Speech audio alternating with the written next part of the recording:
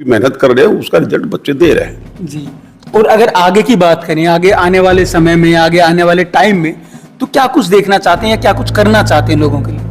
देखो, हमारा तो मकसद यही है कि हमारे यहाँ से पढ़ा हुआ बच्चा आगे से आगे जाए, अच्छी शिक्षा वो अपना नाम रोशन करे। उसका नाम रोशन होगा तो हमारा नाम रोशन होगा।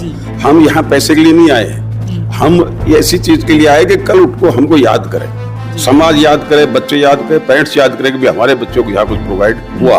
उसी ध्येय के साथ हम मेहनत कर रहे हैं। 71 तक यहाँ पढ़ा तो देखा यहाँ कोई फैसिलिटी नहीं थी। एक गवर्नमेंट स्कूल कोसली था जिसमें हम कम से कम 45 से 50 गांव के बच्चे पढ़ा करते थे। उसके बाद या तो भिवानी जाओ या दादरी जाओ या रेवाड़ी जाओ, तो सबके पास ऐसा पैसा, इलाके में कमी थी, शिक्षा पूरी कमी थी। सब शिक्षा समझो एक स्कूल के सिवाय कोई स्कूल ही नहीं था, अच्छे टीचर नहीं थे, कोई आप कोचिंग का तो सवाल ही नहीं था। जो स्कूल में पढ़ा दिया वो पढ़ ली, और इसकी इलाके को जरूरत थी। और जरूरत समझ के हमने फिर इस फील्ड में ये वो मन विचार बनाया कि भी इसको इस पे कुछ इलाके की ऐसा काम किया जाए कि उस इलाके में बच्चे पढ़ रहे हैं उनके माता पिता को यही मैसेज देना चाहता हूँ कि आपके बच्चे को हम एक विश्वास रख के हमारे पास लाइए, आप भी कोऑपरेट करिए, हम भी कोऑपरेट करेंगे और उसका रिजल्ट आपको एक अच्छा मिलेंगे। वो हम आपको नमस्कार, आप देख रहे हैं स्टेट न्यूज हरियाणा और मैं हूं अमित अमन। आज हमारे साथ जो शख्स मौजूद हैं वो हैं सूबे सिंह यादव जी, जो कि फाउंडर चेयरमैन हैं पाथफाइंडर ग्लोबल स्कूल के। और अब जो स्कूल का एक विजन है उसके बारे में चलिए इनसे जान लेते हैं और आगे के समय के अंदर क्या कुछ स्कूल के अंदर होने वाला है, क्योंकि अब एक कंपटीशन जो है वो इलाके के अंदर बढ़ चुका है। और ये स्कूल भी कहां पे है? कोसली के अंदर ये स्कूल है, और कोसली में भी मलेशिया वास के अंदर है। चलिए पहले इनसे हम बात कर लेते हैं। सर, सबसे पहले तो आपका स्टेट न्यूज हरियाणा में स्वागत है। आभार, थैंक यू साहब, आपका आभार करता हूं। सर, आप ये बताएं सबसे पहली बात तो कि इस इलाके के अंदर स्कूल को ओपन करने के पीछे मतलब क्या विजन रहा था उस टाइम पे? आप सर, ऐसा है, मेरा जो प्राइमरी एजुकेशन है 10वीं तक का यहाँ कोसली से है। तो जब मैं 71 तक यहाँ पढ़ा तो देखा यहाँ कोई फैसिलिटी नहीं थी। एक गवर्नमेंट स्कूल कोसली था जिसमें हम कम से कम 45 से 50 गांव के बच्चे पढ़ा करते थे।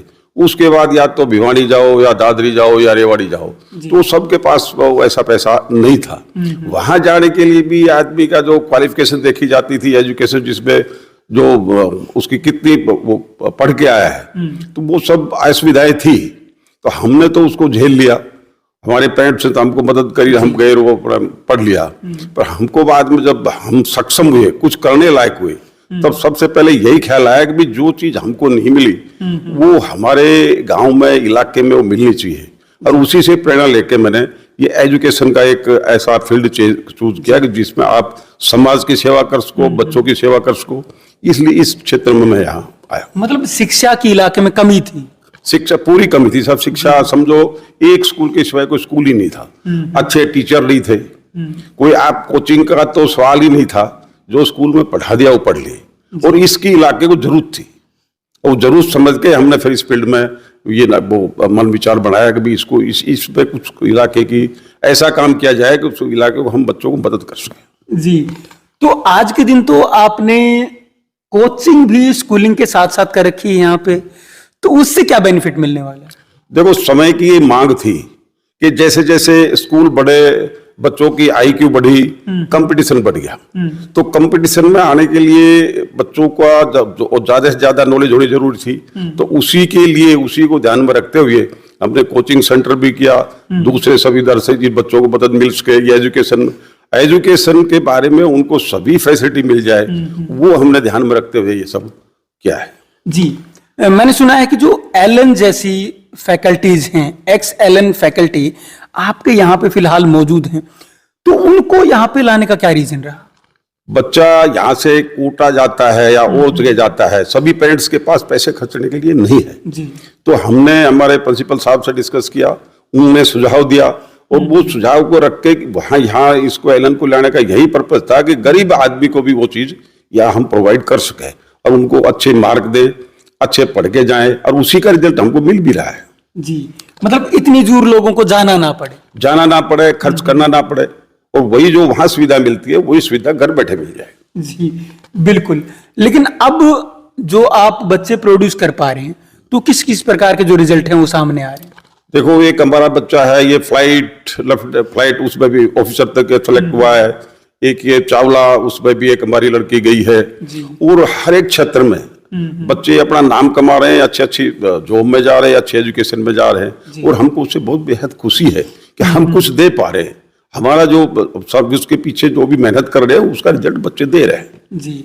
और अगर आगे की बात करें, आगे आने वाले समय में, आगे आने वाले टाइम में, तो क्या कुछ देखना चाहते हैं या क्या कुछ करना चाहते हैं लोगों के लिए? देखो, हमारा तो मकसद यही है कि हमारे यहाँ से पढ़ा हुआ बच्चा आगे से आगे जाए, अच्छी शिक्षा वो अपना नाम रोशन करे। उसका नाम रोशन होगा तो हमारा नाम रोशन होगा। हम यहाँ पैसे के लिए नहीं आए, हम ऐसी चीज के लिए आए कि कल उठको हमको याद करे, समाज याद करे, बच्चे याद करे, पेरेंट्स याद करे कि भी हमारे बच्चों को यहाँ कुछ प्रोवाइड हुआ। उसी ध्येय के साथ हम मेहनत कर रहे हैं और वही हमारा एक मकसद है। कुछ मैनेजमेंट के साथ मिलकर फ्यूचर की प्लानिंग्स भी की हैं आपने? देखो, मैनेजमेंट का तो बहुत जरूरी है। अगर मैनेजमेंट के साथ आपका टाई अप नहीं होगा तो आप आगे नहीं बढ़ पाओगे। फ्यूचर में सर मेरा एक अपना खुद का है कि एक अच्छा यहाँ हॉस्टल बनाऊं। उसके पीछे के भी मैं रीजन बताना चाहता हूँ कि आजकल ये तो गांव है, थोड़ा रूरल एरिया है, शहरों में ये इसका ड्रग्स का प्रदूषण बहुत बढ़ गया है। सेकेंडली इसके साथ साथ मोबाइल का, तो आप घर पे माँ बाप है, मोबाइल बच्चे से मोबाइल नहीं छुड़ा सकते। तो एक टाइम आएगा बच्चों को मोबाइल छुड़ाने के लिए हॉस्टल में रखना पड़ेगा। तो एक अच्छा हॉस्टल प्रोवाइड करेंगे तो हम ये इस रूप में मदद रूप हो पाएंगे। तो ये हमारा विजन है। दूसरा, जो बाहर मिलती है वो सभी सुविधा हम यहाँ बच्चों को दें ताकि उनको यहीं घर बैठे एक ही छत के नीचे सब वो बेनिफिट मिल जाए और अच्छा शिक्षा मिले। इसी मकसद से हम आगे चल रहे हैं। अच्छा, पहले मैंने सुना था कि आप कभी कभी स्कूल में आते हैं और आजकल तो आप फ्रीक्वेंटली आ जाते हैं स्कूल के अंदर, क्या कारण? देखो, पहले मैं जॉब करता था जी, तो जॉब की वजह भी थी। दूसरी कि पहले हमने एक हमारे रिलेटिव है जी, ये काम उनको सौंपा था। फिर हमको थोड़ा ऐसा लगा कि नहीं, ये काम प्रॉपरली नहीं हो पा रहा और हमारा मकसद भी पूरा नहीं हो पा रहा है जी।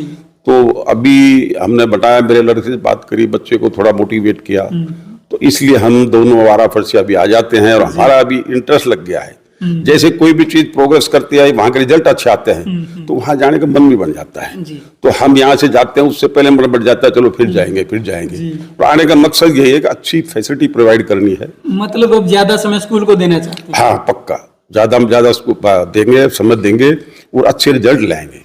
अच्छा, जो अभिभावक हैं आपके बच्चों के, उनको अगर एक मैसेज देना हो तो क्या देंगे? बच्चों को, स्कूल के बच्चों के जो माता पिता हैं, स्कूल के, मैं स्कूल के, जो मेरे स्कूल में बच्चे पढ़ रहे हैं उनके माता पिता को यही मैसेज देना चाहता हूं कि आपके बच्चे को एक विश्वास रख के हमारे पास लाइए। आप भी कोऑपरेट करिए, हम भी कोऑपरेट करेंगे और उसका रिजल्ट आपको एक अच्छा मिलेंगे, वो हम आपको आश्वासन देते हैं जी। चेयरमैन साहब, आपका कीमती समय देने के लिए आपका बहुत बहुत धन्यवाद। थैंक यू सर, मैं आपके चैनल का बहुत आभार मानता हूँ। आपने ये सब टाइम दिया मेरे को और इतना सब ये समझ करने के लिए जो किया, खूब खूब आभार, थैंक यू। तो चेयरमैन सर की अगर बात करें तो इन्होंने अपना सब कुछ जो स्कूल के अंदर अब आगे के लिए जो विजन रख रहे हैं या फिर पीछे क्या सोच करके स्कूल खोला गया था, वो सारी चीजें बता चुके हैं और जो पेरेंट्स हैं उनसे भी एक अपील की है।